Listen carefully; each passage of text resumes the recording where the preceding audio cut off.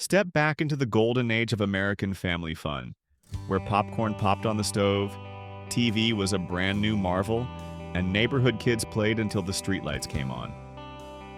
The 1950s weren't just wholesome, they were filled with shared traditions that brought everyone together.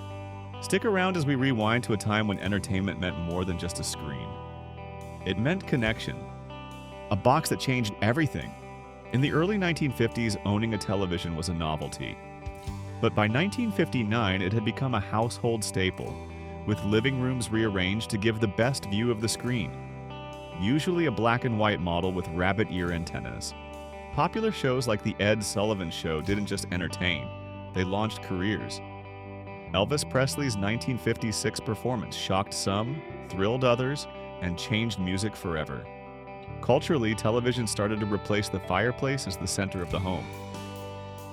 Family schedules revolved around showtimes, and kids learned to recite commercial jingles by heart. A little-known fact?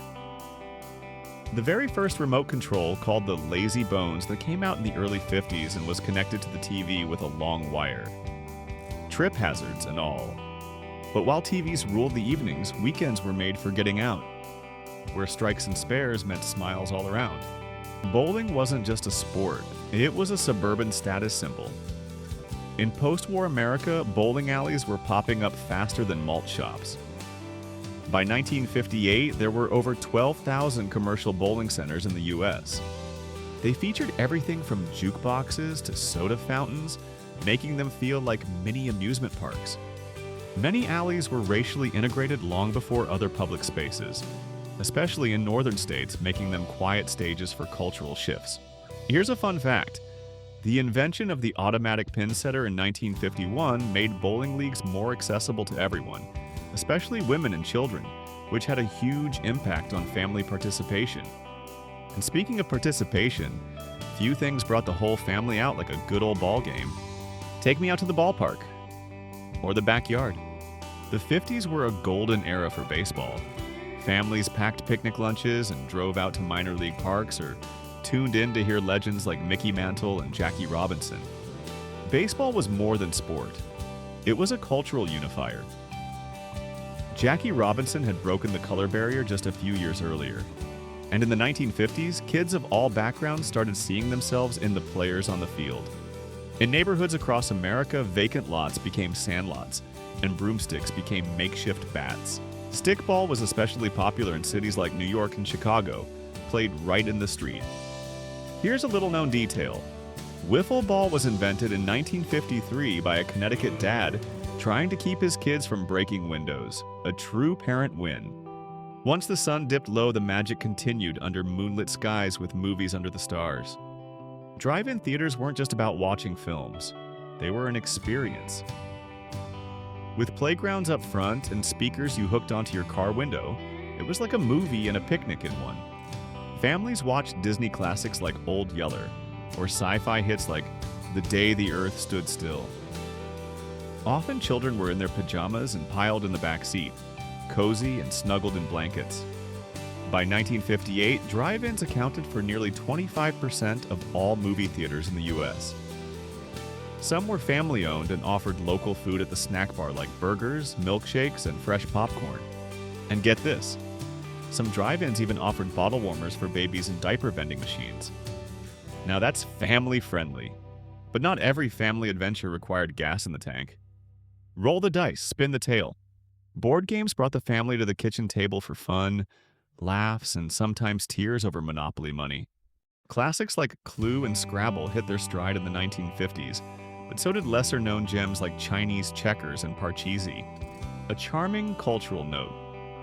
Many game manufacturers redesigned packaging and ads in the 50s to reflect idealized post-war family life. Mom and pearls, dad with a pipe, and kids with perfect hair. Card games were also huge. Go Fish for the little ones, gin, rummy, and bridge for the adults. Parlor games were free, fun, and even at times surprisingly educational. Did you know that Milton Bradley's Candyland, originally released in the late 1940s, became a 1950s staple, in part because it was designed for kids recovering from polio? But not all traditions happened in the living room. Some were sacred. Faith, food, and fellowship. Sunday church wasn't just about sermons, it was about community. Families dressed in their Sunday best, shared pews, and looked forward to potlucks, ice cream socials, and holiday pageants. Youth groups organized fun days and charity events, while adults gathered for quilting bees or choir rehearsals.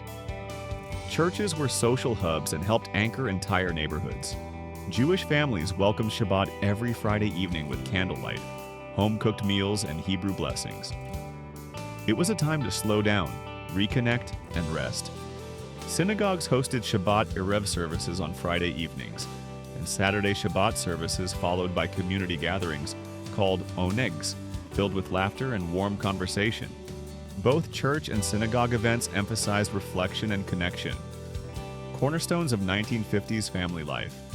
And let's not forget block parties, civic parades, and community dances, which were open to everyone and built that tight-knit, front porch kind of society that many still long for. Let's bring it all together before we head home from our journey back in time. More than nostalgia, it was togetherness. What made 1950s family entertainment special wasn't the cost or complexity, it was the closeness. Whether playing Scrabble on a rainy afternoon or laughing at a theater cartoon, families weren't just entertained, they were connected. It wasn't about perfection, it was about presence. And maybe that's the real magic of the 50s. Not just what we did, but who we did it with. Thanks for joining us on this trip down memory lane. Until we meet again.